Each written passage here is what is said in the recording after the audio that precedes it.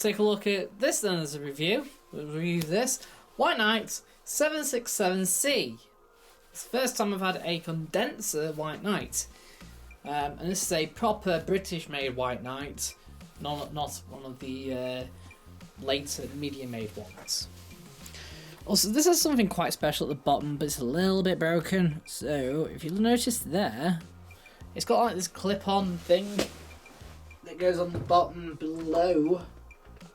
It looks like it is a part of the bottom kick plate, so it looks like an addition that you could buy, and obviously that means you can put this on top of, say, the washing machine, and it would close that gap off.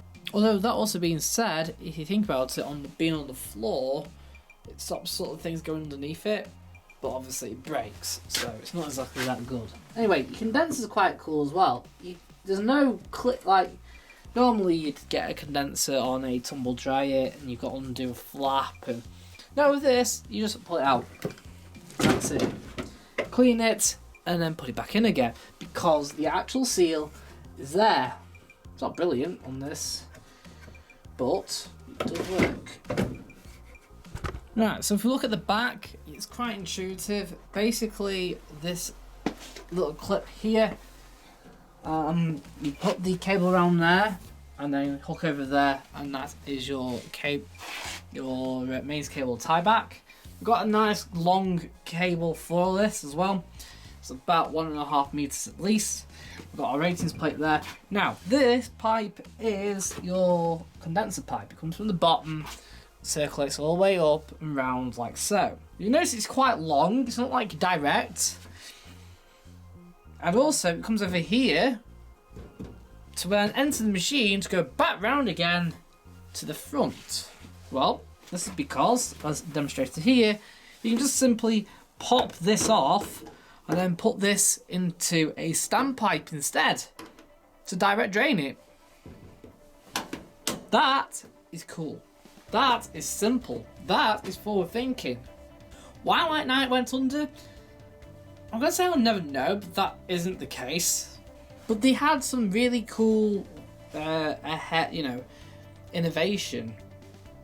Right, we've also got our heater behind here. 2.4 kilowatt heater, along with a 300 watt motor as well. 300 watt motor though, that's quite power consuming actually, come to think of it, since that most motors actually run at 200 watts, even around this time. Right, I wonder if anyone can actually pinpoint me the date that these were produced, because there is no obviously standard dry setting on this, which means it's before 2012, but it is rated 7 kilo. But the lid isn't a hard wood. What's going on? So when was this made? I thought these were still 6 kilo, but turns out they're not. If it's anything to go by with the Ultimate washer that it came with, it would suggest it comes from about 2008 to 2009. With pretty much no use. In fact, I opened it up, there was no fluff inside whatsoever. It had been used, but very, very, very little. Very scarcely. I'd imagine that the buyer who bought this, they probably did the washing once a week or twice a week at best, and then used the dryer during the winter, only very scarcely as well. Maybe just to fluff the towels, who knows. It just feels like it's one of them kind of things. Right, the condenser bottle is at the top on this, and it's hidden behind here. I'm going to be honest, considering that White Knights are basic, to put the condenser bottle at the top is pretty good actually of them. Even though this was still the cheapest condenser dryer you could buy. If you pull the container out at any point, this light will come on. Also, what's unusual I find about this is that this seems to have a runoff, but it actually has no return hose back down. So once it's filled up, it's just going to flood, right? Well, I used this until the tank was full, and believe it or not, all it does, it somehow, maybe under the weight, not too sure, but it seems to trigger. It's pretty hard to do, but trigger the lights because obviously it's just a switch at the back, and that's it. It's actually just a micro switch. That's why you can hear a click when you undo it. Huh? I don't know how it works, but it's magic. So when it gets full, instead of recirculating the water back and fulfill like another 30 minutes until the reservoir tank's full, it manages to trigger a micro switch at the back using the tank. Witchcraft. Right, we've got 2 heat settings. We've got in for high heat and out for low heat. But I'm going to be honest, I used low heat by accident when I first got this.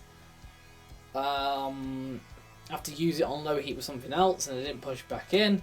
And it dried quite fast on low heat, just to warn you. Start button is just a push in to start. It then re-triggers when the door's open, or if it gets when the door's open, it re-latches. So as long as you don't open the door, you can keep turning the dial round, and it will always be then in start mode, ready to run. Like I've done that now, so if I was to turn the dial, it would turn on. If I open the door, it resets. If I close the door, you have to press start again. Look, if I go back to 0,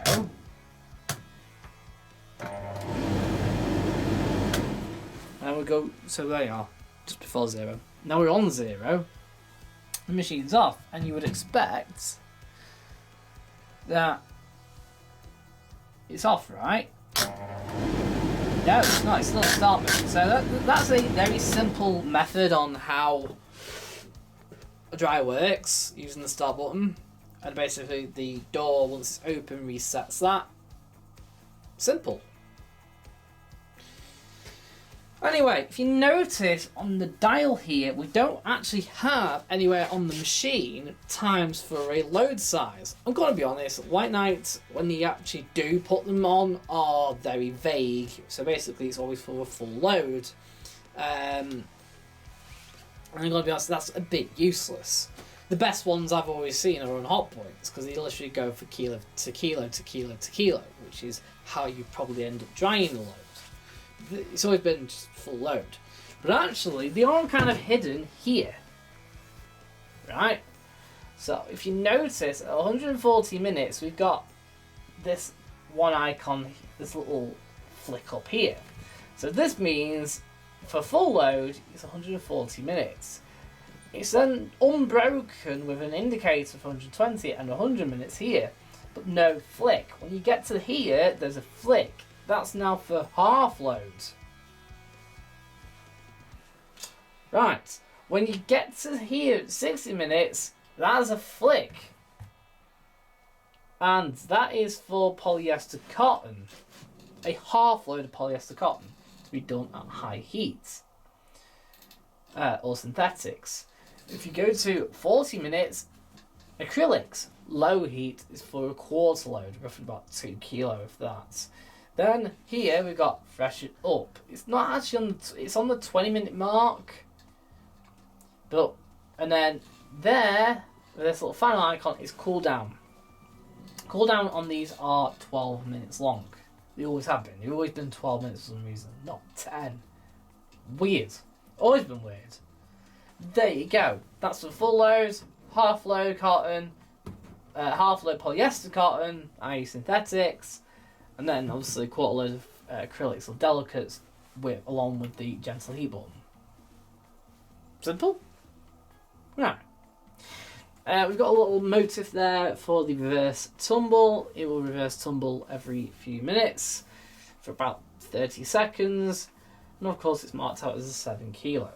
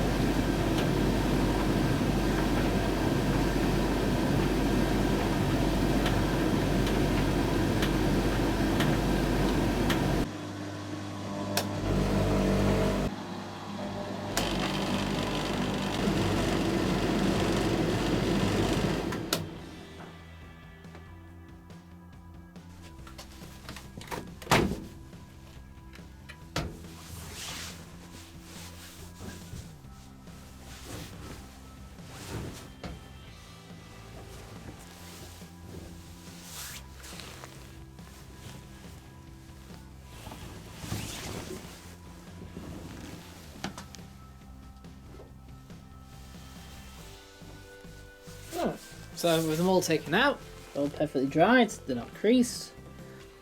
Filters down here at the bottom.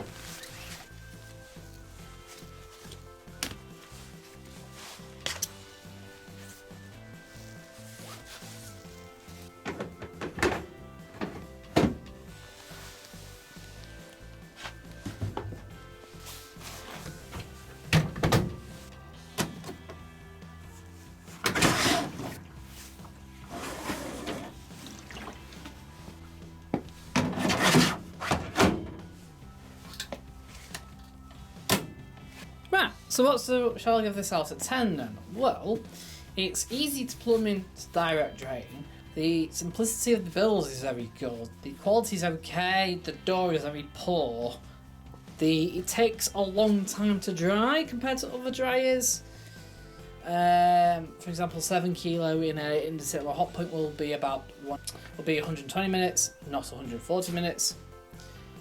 It's a bit hard to weigh up. I like the basic, I like the simplicity, I don't like the fact it yellows dead easily like it has with every White Knight. I don't like the plastic door, it breaks off very easily. I don't like the plastics in general, they're all very cheap. But then again, it is also the cheapest condenser dryer on the market. So, that has it going for it. It's a bit of a tough one to come with a natural rounded answer. It's simple, yet it's behind. Like the door opening is very small. It just didn't keep up with the times, unfortunately, and that was White Knight's kind of downfall, I think. One of the reasons why they kind of went under in the end. I'll give it 7 out of 10. It's quite reasonable for what it is. Would I choose this over a hot point or an Indesit? That's tough, and I think I'd probably still pick a hot point over this, which is a bit of a shame, really. Right, thanks for watching, and I'll see you in another video. Don't forget to like and subscribe, and I'll see you next time. Bye for now.